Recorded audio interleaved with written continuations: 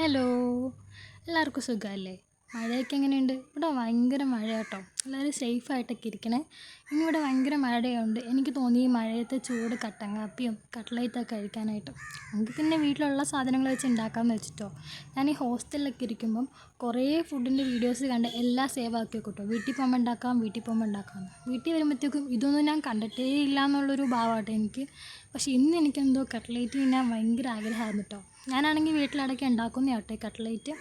എങ്കിൽ പിന്നെ വീട്ടിലുള്ള സാധനങ്ങൾ വെച്ച് ഉണ്ടാക്കാമെന്ന് വെച്ചു. എനിക്ക് ഈ പൊട്ടറ്റോ അധികം ചേർക്കുന്ന ഇഷ്ടമല്ല കേട്ടോ. എങ്കിലും ഞാൻ ചേർക്കും, ഒരു ടേസ്റ്റ് വരണമല്ലോ.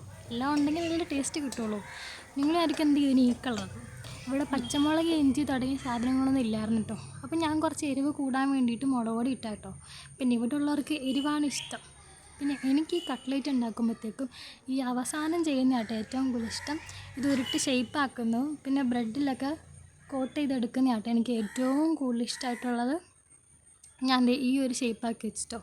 പിന്നെ ഈ രണ്ട് പ്രോസസ്സും എനിക്ക് ഭയങ്കര ഇഷ്ടമാണ്. ഇതൊക്കെ ചെയ്തിട്ട് നല്ല ചൂട് വെളിച്ചെണ്ണയിൽ വറുത്തെടുക്കുക എന്നുള്ളതാണ് അടുത്ത പരിപാടി.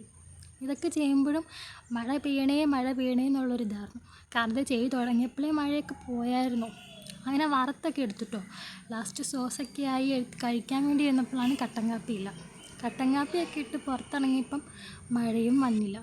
എങ്കിൽ പിന്നെ മഴ വന്നവരെ നോക്കിയിരിക്കാൻ സമയമില്ല, ചൂടോടെ കഴിക്കണമല്ലോ. അത്രയേ ഉള്ളൂ. ഇഷ്ടമായ ലൈക്ക് ചെയ്യുക, ഷെയർ ചെയ്യുക, സബ്സ്ക്രൈബ് ചെയ്യുക.